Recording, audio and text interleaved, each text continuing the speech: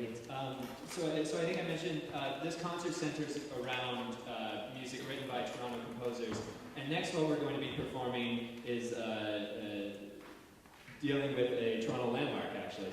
We'll be performing the Casa Loma Wind Quintet by Nathanel J. And I'd like to welcome him up to the stage right now.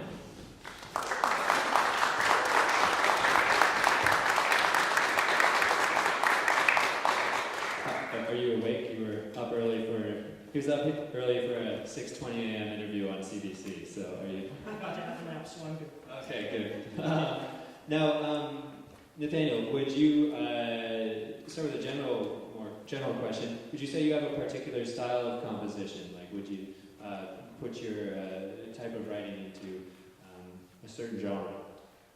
I'd say it's very eclectic. One of the things that really interested me about this piece was the more I sort of understood about Casa Loma and Henry Pellatt, it was something where I could draw from such diverse kind of forms.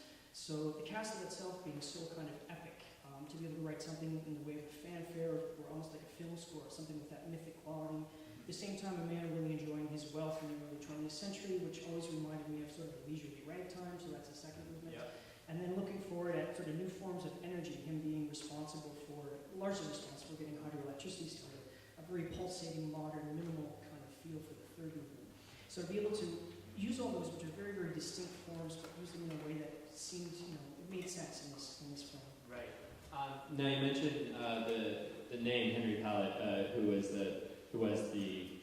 they built Casa Loma, basically. That was the family. Now, they seem like a very intriguing family. You couldn't write that stuff. Like, it was a very epic rise and fall of their family.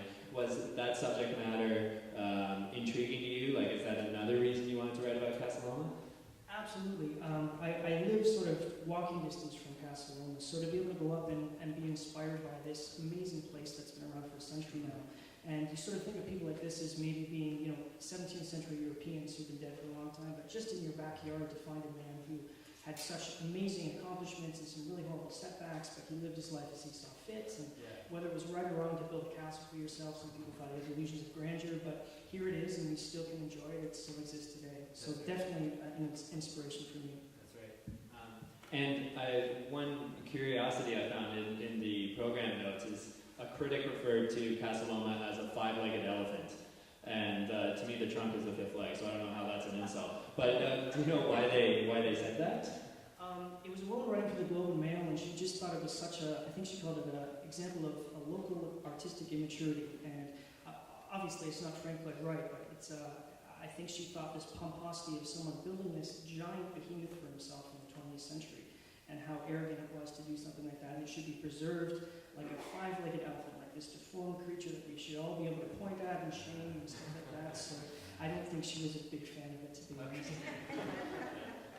I guess you don't call people five-legged elephants too often as a compliment. Anyway, so I think we'll play it now, so thank you very much, and we hope you enjoy.